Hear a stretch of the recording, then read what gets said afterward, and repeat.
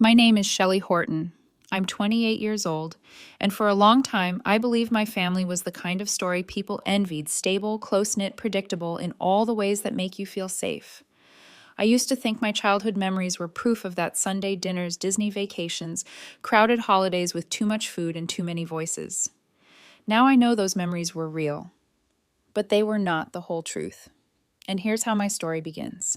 My dad, Richard, everyone calls him Rick, built his construction company from nothing, right after marrying my mom, Sarah. They'd been together 25 years, and growing up, I watched them move like two halves of one life. Mom came from a huge Catholic family in Connecticut, 5 sisters who practically lived at our house. And her younger sister, Rachel, was always around. The fun aunt, the one who'd sneak me candy when Mom said no, or cover for me when I stayed out too late. I thought she loved us. I thought she loved Mom.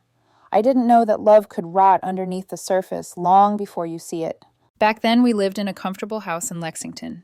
Not wealthy, but more than fine. Vacations every other year, new cars, every few summers. Dad grilling steaks on a fancy grill he swore didn't cost a fortune, though we all knew it did. Mom organized church charity events, the kind everyone in town talked about. Aunt Rachel taught kindergarten at the local elementary school. Parents adored her. She had that kind of sunshine personality that made people believe she couldn't hurt a fly. I used to believe it too. Every Sunday, no matter what, we had big family dinners.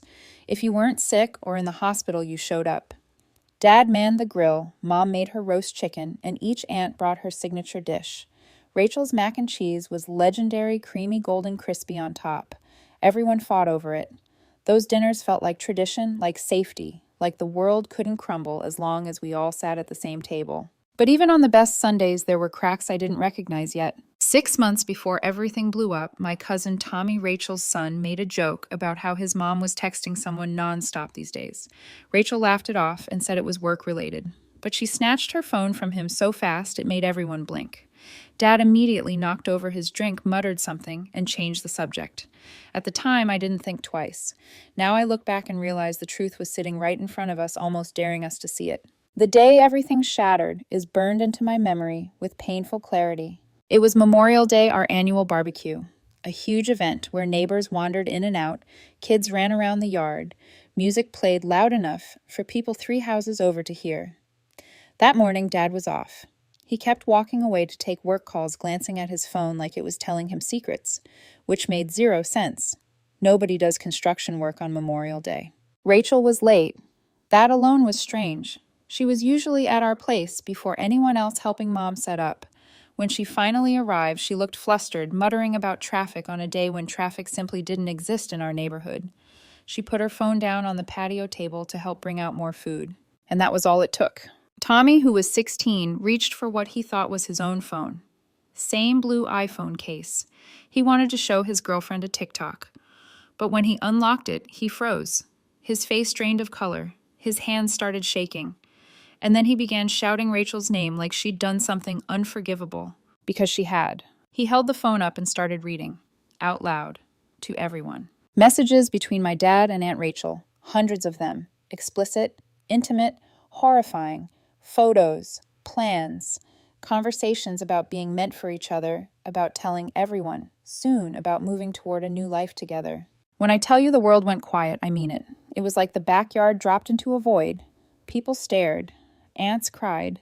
My Uncle Mark looked like he might vomit. Tommy kept yelling. Rachel begged him to stop, and my dad, my father, stood there with the expression of a man caught in headlights he never expected. I felt nothing at first. Not shock, not anger. Just this numb, slow, floating sensation like I was watching someone else's life explode from far away. My hands shook so badly I shoved them in my pockets. And then Mom, she was standing there with a plate of potato salad in her hands, frozen, not blinking, not breathing. She stared at Rachel like she was a stranger who'd kicked down our door. The potato salad slid off the plate in slow motion and hit the grass. No one even moved to clean it up. Dad tried to deny it. It's not what it looks like. A classic line for a man with no excuses left. Rachel tried a different tactic. Tears. Confessions. And then the worst sentence I have ever heard. We didn't mean for this to happen, Sarah, but Rick and I have a real connection. We always have. My mom made a sound I didn't recognize. something between a gasp and a drowning person's final breath. Then she turned around, walked inside, locked her bedroom door, and didn't come out. We didn't know it then, but that was the last moment she would be herself for a very long time. The barbecue ended instantly. Everyone left. Dad packed a bag and drove off to give us space. Rachel ran out crying while Tommy screamed after her. I sat on the back porch staring at the potato salad in the grass, feeling my childhood collapse in on itself. The next days blurred into a fog of silence and dread. Mom wouldn't come out of her room. She wouldn't talk, wouldn't eat, wouldn't move except to use the bathroom when she thought I was asleep. I left food outside her door, but it stayed untouched. Dad bombarded me with texts about life being complicated. Rachel came to our house crying at the locked door, insisting Mom understand real love. 2 weeks in, everything broke. A neighbor called me at work saying Mom's car hadn't moved in days, and she had been sitting in the same position by the window for hours. I rushed home. Mom was in her chair, staring at an old Disney family photo. She was burning up with fever, dehydrated, and hadn't taken her autoimmune medications. The EMTs took her straight to the hospital. That night, my world divided into a before and an after. And the after was hell. The hospital became a second home before I even realized it. At first, I thought they would stabilize Mom and send her back after a night or two. That's what I told myself to keep from falling apart. But her breakdown in the ER changed everything. One moment she was silent and hollow, the next she was screaming about Rachel, about how she paid for her college, how she let her live with us when her first marriage fell apart, how she found her the teaching job she loved. The doctors had to sedate her. I stood there useless, holding myself together with my own arms, while I listened to the woman who raised me shatter. They admitted her to the psychiatric unit. I wasn't prepared for what that felt like. The sterile hallways, the locked doors, the buzzing lights that never dimmed. The way she wouldn't look at me or anyone, just stared. Through people like they were ghosts passing by. I remember thinking, how did this become our life in just 2 weeks? How do you take someone so full of warmth and turn them into a shell? Dad didn't come. He didn't even show up the first night. But he texted me long paragraphs about how he hoped Mom would get the help she needed, as if he hadn't personally detonated her world. Rachel was worse. She tried to show up at the hospital the next morning, babbling to the staff about wanting to support her sister. When they refused to let her in, she acted offended, as if she had any right to be near Mom after what she did. My aunts came in shifts: Mary, Patricia, Catherine, Elizabeth. They tried to comfort me, but the truth was, no one knew what comfort even looked like anymore. The family who once filled our house with noise and laughter now whispered in hallways and cried in waiting rooms. Meanwhile, Dad and Rachel started their fresh start. It began with social media posts, inspirational quotes, pictures of them holding hands at a farmer's market, comments about choosing happiness and following your heart. They painted themselves as star-crossed lovers who just wanted a chance at love, as if the woman lying in a hospital bed, my mother, was a minor inconvenience in their fairy tale. Word spread in town like fire. People whispered their version. Rachel told everyone at church that Mom had been cold and distant for years, that Mom cared more about charity events than her marriage, that Mom drove Dad away. She even claimed Mom had known about their feelings all along, but chose to play the victim. The cruelty of it made me nauseous. Tommy refused to see his mother. He moved in full-time with his dad and barely spoke to anyone for weeks. I'd find him sitting outside the hospital, sometimes staring at the door, debating whether to go inside to see Mom. He would always say, "She didn't deserve this." And he was right. But if I thought things couldn't get worse, I was wrong. 3 months after Mom's breakdown, it happened. A pregnancy announcement, a sonogram photo, posted on Facebook with Rachel's name tagged everywhere. A caption about miracles, joy, new beginnings, and God's plan. She tagged Mom's friends, my aunts, me. They were having twins. I felt a stab of something beyond anger. It was betrayal layered with humiliation, sharpened by the realization that these babies were deliberately timed. I later learned from my cousin Lisa that Rachel had gone off birth control months before anyone discovered the affair. She had been hoping for an accident, something that would push Dad away from Mom for good. She succeeded, and then some. Dad became obsessed. He posted daily updates about the twins. He called them blessings, gifts, a second chance at life. He plastered sonogram photos across Instagram like a proud teenager. Meanwhile, Mom's doctors had to adjust her medications because she spiraled again after hearing the news. She stopped eating. She stopped talking. Some days, she wouldn't even look at sunlight. Only Tommy could calm her. He visited often, sitting beside her bed, showing her pictures of his drawings, talking softly about school. He was hurting too, but somehow he found room in his heart to comfort her. Rachel and Dad didn't stop there. They started showing up at my apartment, sometimes separately, sometimes together, sometimes with baked goods, as if that made up for anything. Rachel would rest her hand dramatically on her growing belly and say things like, "The twins need their big sister," or "Family is everything in times like this." I wanted to scream. Family, she had destroyed ours. She had ripped out the center of it and expected me to applaud. When I ignored her, the guilt messages started. Daily texts, photos of the nursery, videos of baby kicks, long, rambling emails about forgiveness and unity and how children shouldn't suffer for adult mistakes. The audacity was almost impressive. Dad tried a different angle. He offered me a partnership in his business, 25% stake, a chance to secure my future and build something together.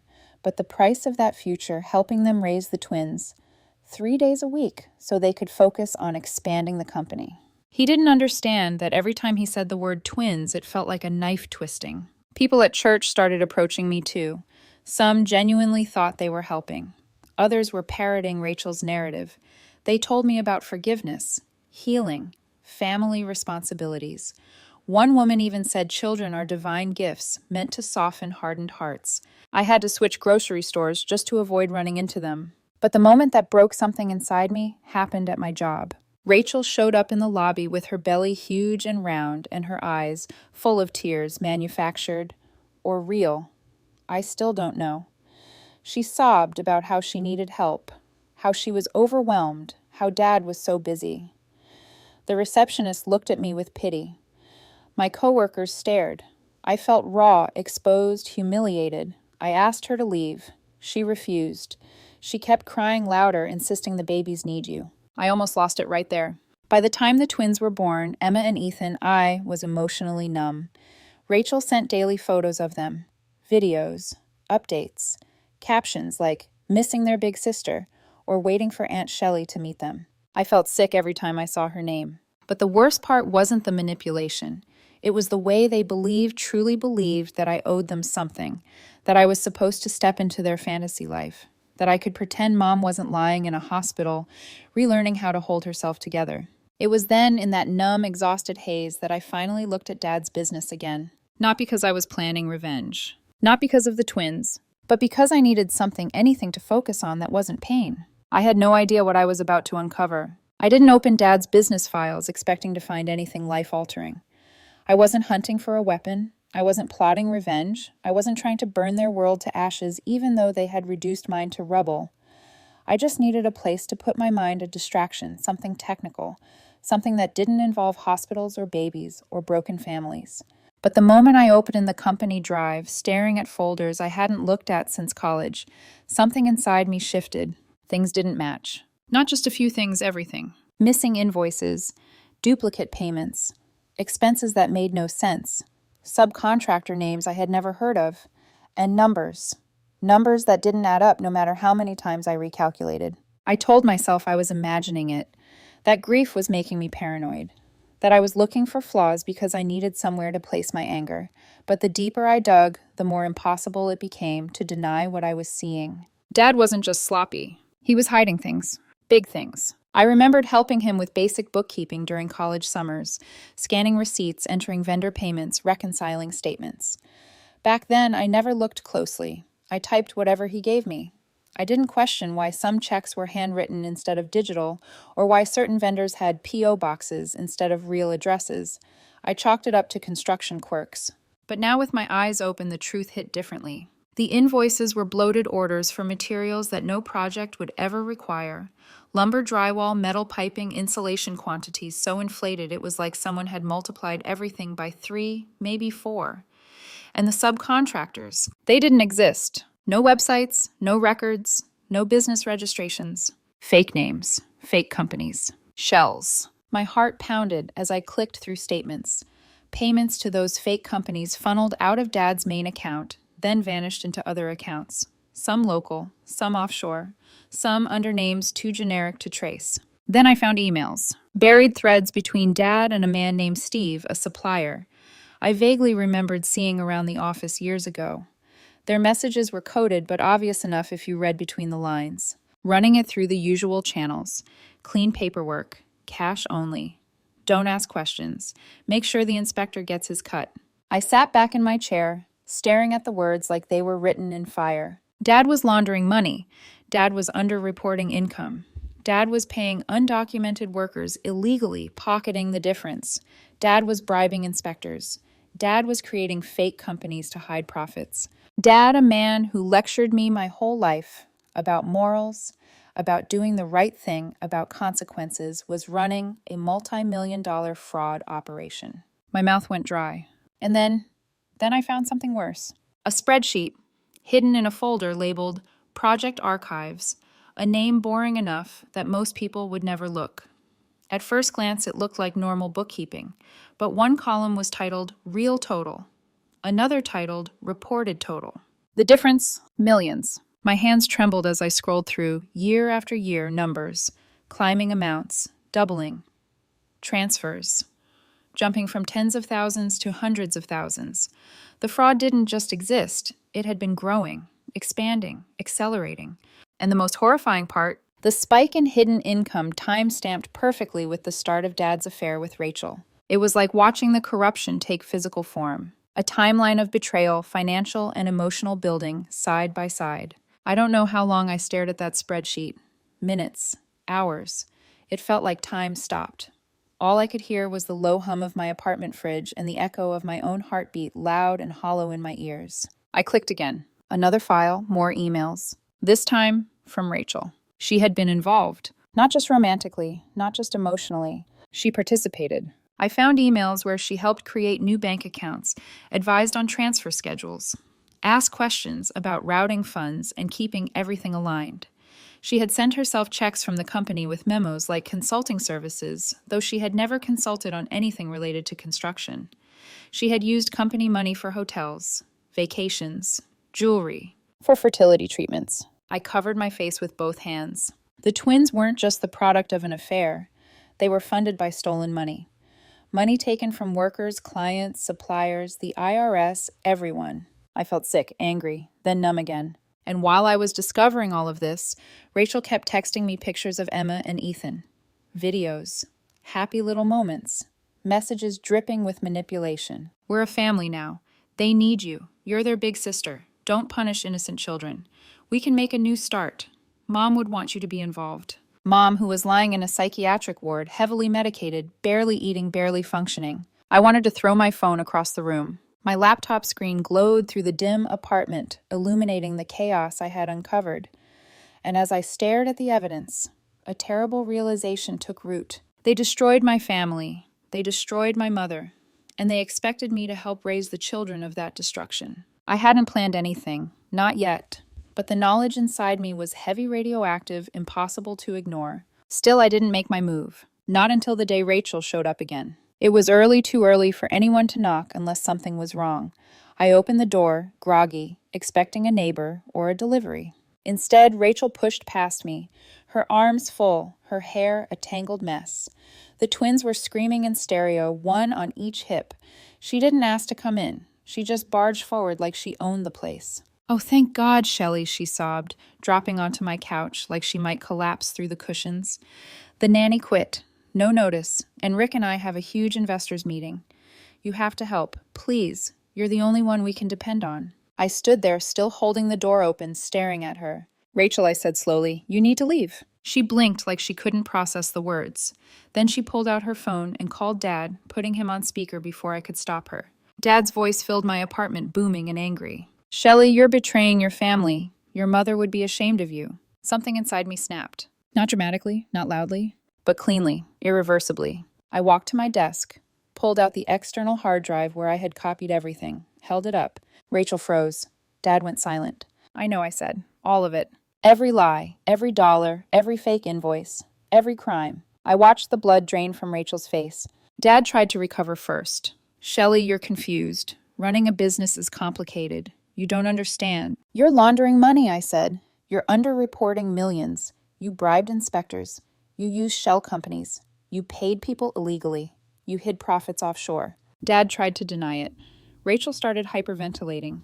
The twins screamed louder. I told them I had copies saved in multiple places. Then, slowly, deliberately, I set my phone on the table and opened an email draft addressed to the IRS Criminal Investigation Division with every attachment gathered, waiting, organized. I'm done, I said. You're done. Their panic filled the room like smoke. But for the first time in months, I could breathe.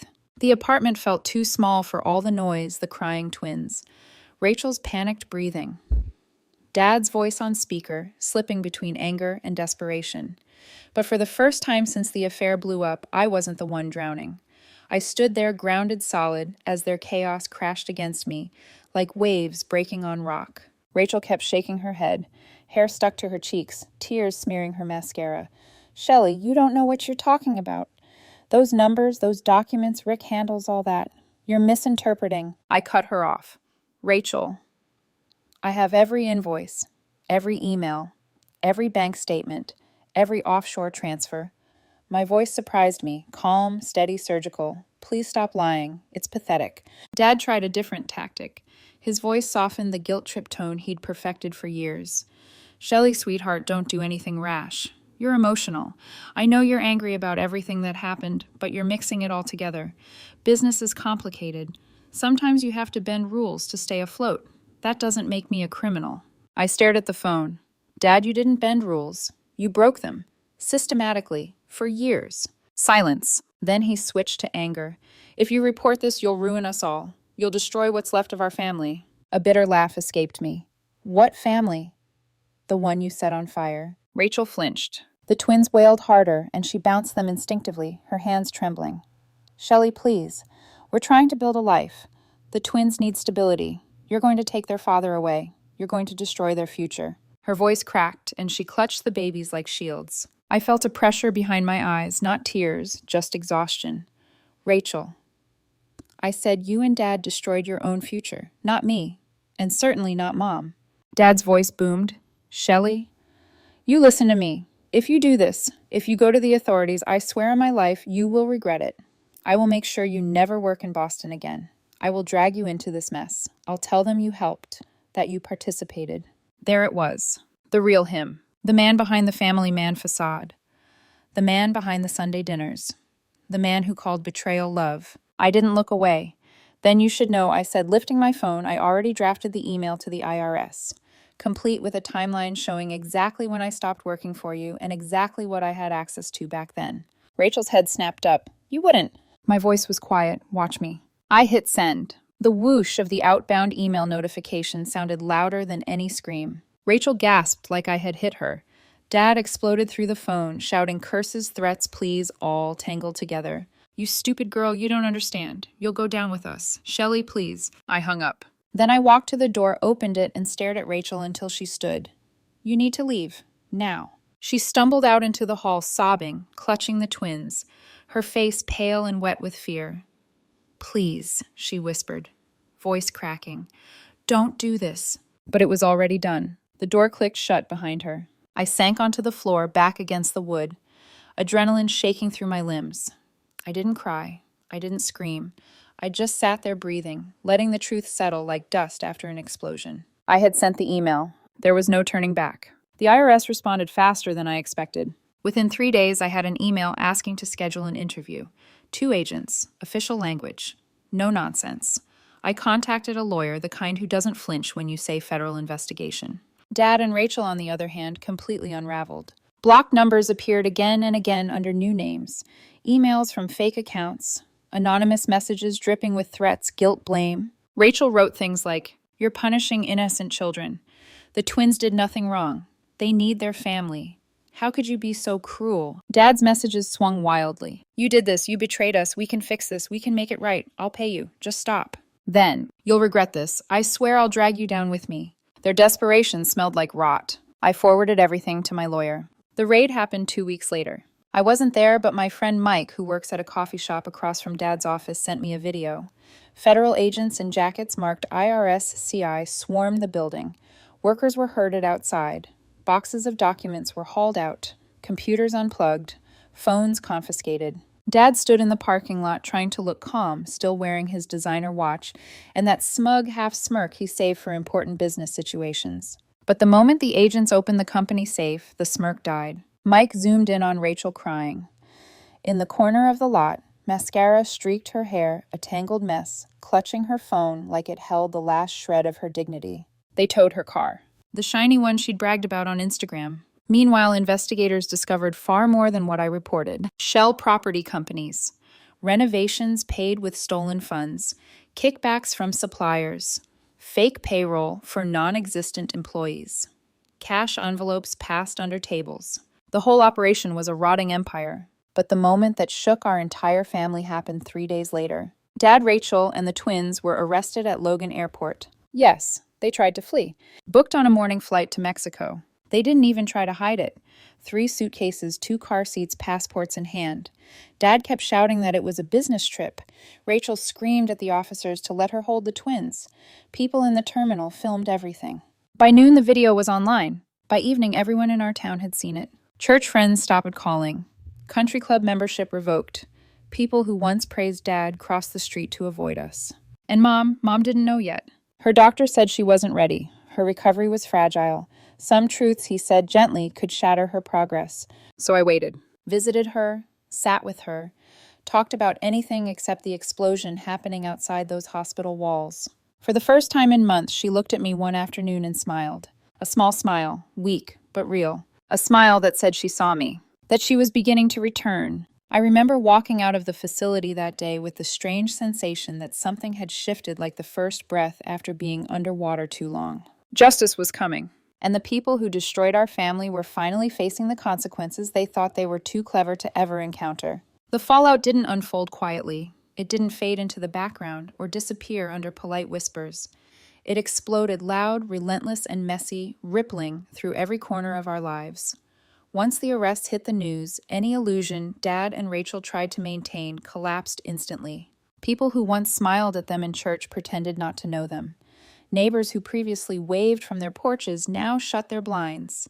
The same community that had praised Dad's work ethic and Rachel's sunshine personality now tore them apart in hushed conversations and angry Facebook posts. Dad's construction company shut down within days.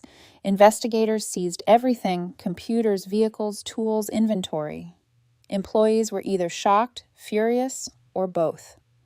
The few legitimate workers Dad had employed had no idea he'd been funding his lifestyle with fraud. Foreman Tony, the one who eventually cooperated with investigators, became the key witness who connected the dots. He kept his own secret records, his insurance policy, he called it. Apparently, he knew Dad was doing shady stuff for years, but he stayed silent because Dad paid him well. When the IRS approached him, he immediately flipped. He had notebooks full of cash payments, under-the-table labor details, subcontractor instructions, and who got what cut from which project. Dad's plea deal came after that. 5 years in federal prison. That was the agreement, reduced sentence in exchange for cooperation and repayment. Repayment that would come from the seizure of almost everything he owned. The luxury house in Newton, the vacation cabin in Maine, the company bank accounts, retirement funds, vehicles, all gone. Rachel wasn't included in Dad's deal. Not even close. Investigators found out she'd deleted emails the moment she realized the IRS raid was happening. She shredded documents, wiped her laptop, and even smashed a phone in a panic, completely unaware the feds already had copies. That alone got her charged with destruction of evidence. But it didn't stop there. Her consulting checks written to herself from the company were uncovered as embezzlement. The fertility treatments paid with company money fraud. The luxury hotels she and Dad secretly met at fraud. The jewelry fraud. Every part of her life for the last few years was built with stolen money. And when investigators told her that the twins would be placed with her ex-husband temporarily, she broke down screaming in the courthouse hallway. Not graceful tears. Primal, uncontrolled, animal-like wailing.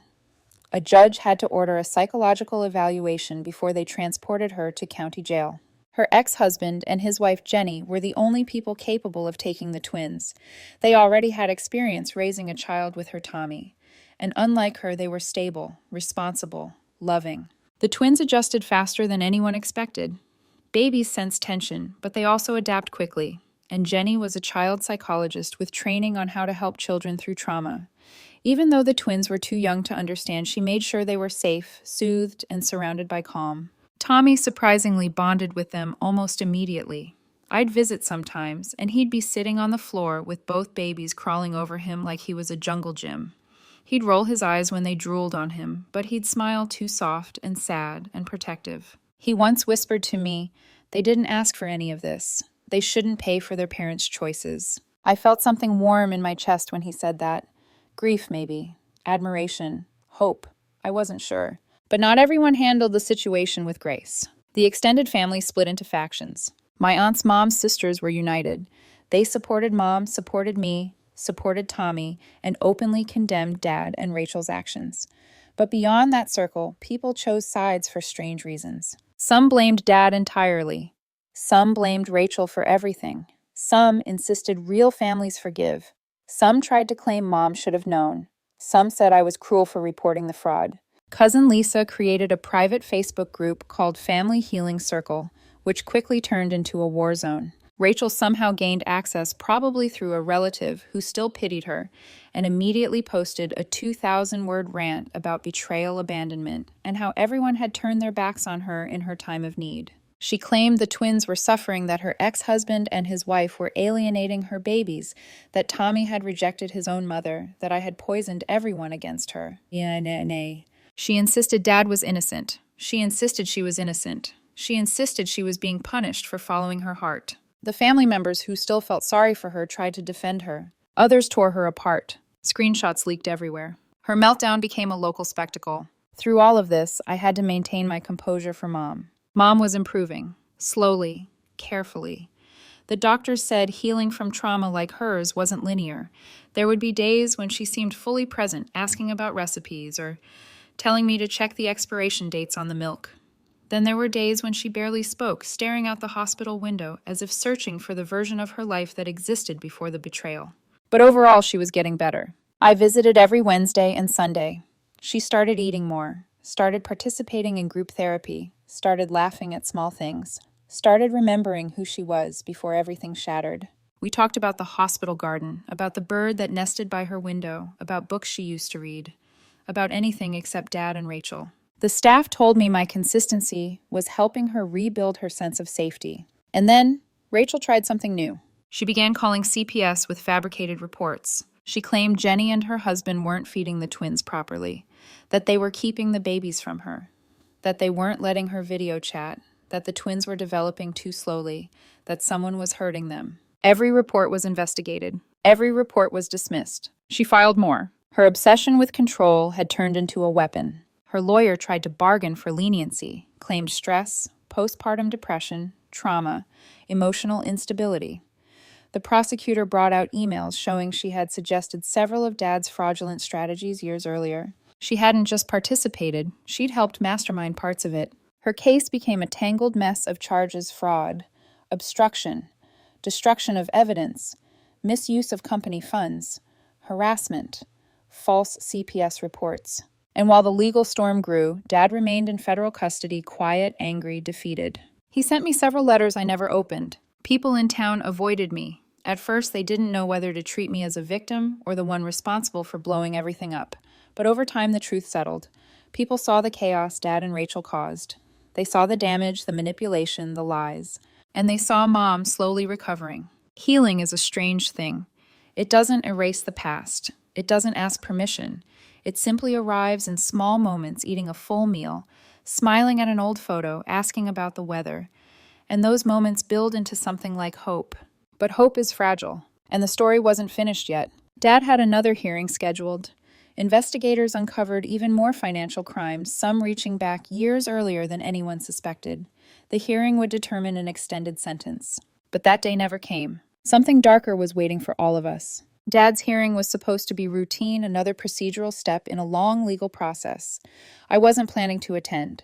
I told myself it didn't matter. I told myself I was done with him. I told myself I had already watched enough of his destruction to last a lifetime.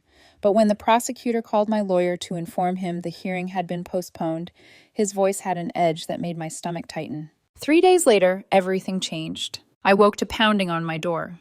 Not frantic, not panicked, just firm, deliberate knocking. I opened it expecting a delivery, or maybe one of my aunts. Instead, a federal officer stood there, clean uniform, somber expression, papers in hand. He didn't have to speak. I knew immediately. "Ms. Horton," he asked gently. I nodded. "There's been an incident." My lungs froze. "Your father was found in his cell early this morning. The official report listed as self-inflicted." I didn't say anything. Couldn't. For a moment, all I heard was the soft humming of the hallway lights and a faint ringing in my ears. My breath didn't feel like air. It felt like shards. "There was a letter," he added. "It's being processed as evidence for now. You'll be notified when you can retrieve your personal copy." He said more things afterward. I don't remember any of them. My hands were shaking when I closed the door. My body felt weightless, like I could float off the floor or collapse right through it. I didn't cry. Not immediately. Instead, I wandered through my apartment in small circles, touching furniture, opening drawers, closing them again. Some part of me was waiting for the world to tilt back into place. It didn't. The texts from relatives started almost instantly. Some were compassionate, some were hesitant. And one message, a long, unhinged string of voice memos, came from the last person I wanted to hear from. Rachel. At 3:07 a.m., she had shown up at my apartment building. The security camera recorded her pounding on the glass front door, screaming my name, her voice cracked and wild. She blamed me for everything, for the investigation, for the downfall, for the arrest, for the stress, for Dad's death. She screamed that I had blood on my hands. She sobbed that I had destroyed her family, her future, her children's future. When a neighbor threatened to call the police, she crumpled onto the ground and wailed until security escorted her off the property. I watched the security footage later. I didn't feel satisfaction. I didn't feel vindication. I didn't even feel anger. I felt tired, bone-deep tired.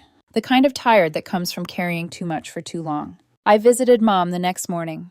I walked into her hospital room expecting her to crumble, to scream, to collapse again. Instead, she sat quietly in her chair, her hands folded in her lap, eyes focused on the window. "Mom," I whispered, "Dad, he's gone." She turned her head slowly. No shock, no panic, no devastation, just a long, soft breath leaving her chest. Then she repeated 4 words I will never forget. "I forgive him, Shelley." My throat tightened. Why? After everything he did. She looked down at her hands, thumbs brushing the fabric of her sweater. Something small to keep herself grounded. "Forgiveness isn't for him," she said. "It's for me. Hate is heavy, and I'm tired of carrying heavy things."